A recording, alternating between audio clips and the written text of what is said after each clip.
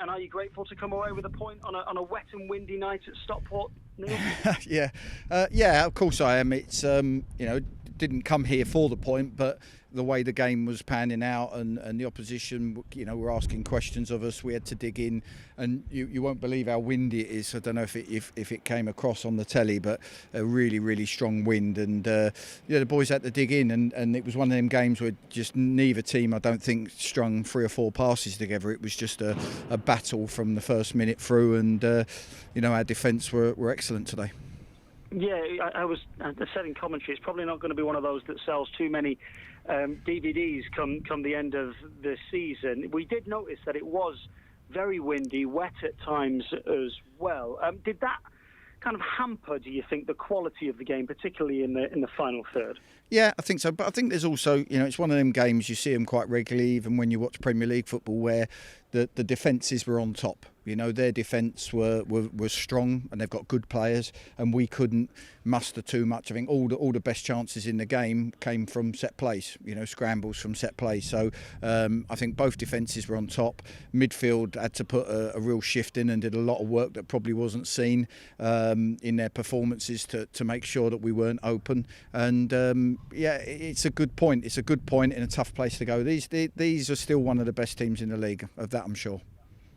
Was it a fair point? Do you think that was the right result, if there is such a thing? You could have won it with Conor Rawlinson's header. They could have won it, I guess, with a goal line scramble at the other end. Yeah, and I think other than that, and obviously they had the offside goal and Rooney's free kick, but it's a tough place to come, especially under these conditions. And we all want to create great chances and carve teams open and look pleasing on the eye all the time, but you know that you can't over a 44-game season. And to come away here as a club and as fans, the one thing you'll expect on a night like this in a National League fixture is your players give everything.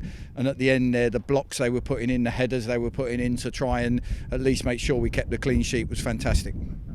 Is the creativity in front of goal in the final third at the other end something that you're confident is just going to come, or have you got to do something a little different? No, it will come. Like I say, you can't go through the way we play. You can't go through a season with it being perfect all the time. There's not a lot wrong with what we're doing.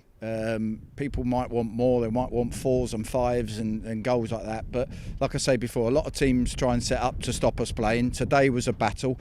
We've shown that we've got all of them different qualities. And, Callum Roberts, it was great to have him out on the pitch for 20 minutes today. And we've got the players to score goals. They will come. But when they're not coming, the team has to make sure that we're not punished for it. And at the moment, the boys are battling really, really well. How good was it to have Cal back out there?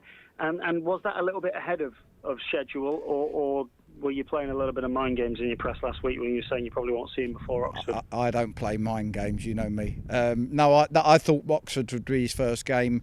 The physio said to me he was coming along really well. He looked really good in training. I know his fitness levels aren't where they need to be, so I spoke to the physio, and I actually said to him, as Cal got 20-30 minutes in it, and I was actually talking for Saturday, and he said yeah, and Saturday he can probably do the same. And I went, oh, what you mean tomorrow night? So I think that got straight. And then I thought, let me give the lad a lift, put him in the squad, get him around the pre-match again. And it was only really sort of this afternoon I made the decision, you know what, I'll put him on the bench, because if I think we need a bit of magic, I might just bring him on and he might just produce it. But didn't quite happen today.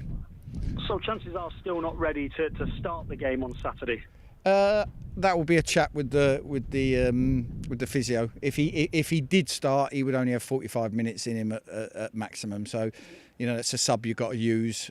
So I'll weigh it up. I've got to do what's right for Callum. I've got to see how he reacts to this today and how he trains Thursday and Friday.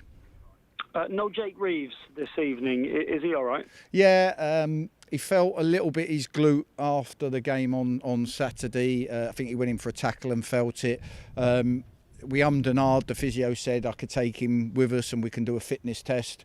But it's a risk, and I don't want to take risks with the amount of games we've got coming up. I need to try and work a way of getting our squad through what's going to be Saturday, Tuesday for the rest of the season, and try and keep a level of performance. So I took the decision that I trust Jim O'Brien and Wolfie, and I knew the game was going to be a horrible game today in these conditions, and I wanted to be strong in the middle of the pitch, and I thought Wolfie and Jim did that for us. You take a break from the league now this weekend. You go into the FA Trophy quarter-finals against Oxford City. Is that going to be an opportunity to kind of rest some players again? The likes of Doyle and Woodson and people like that will get a rest in the game as you have done in previous rounds. Yeah, we got a lot of players carrying knocks from tonight. They really put the butters on the line. Connell, Jordan Barnett. There's quite a few. The physio's just come up and given me a list of players. So yeah, it's going to be a chance for the other lads, but they haven't let us down whenever they've come in. So hopefully they won't do on Saturday as well.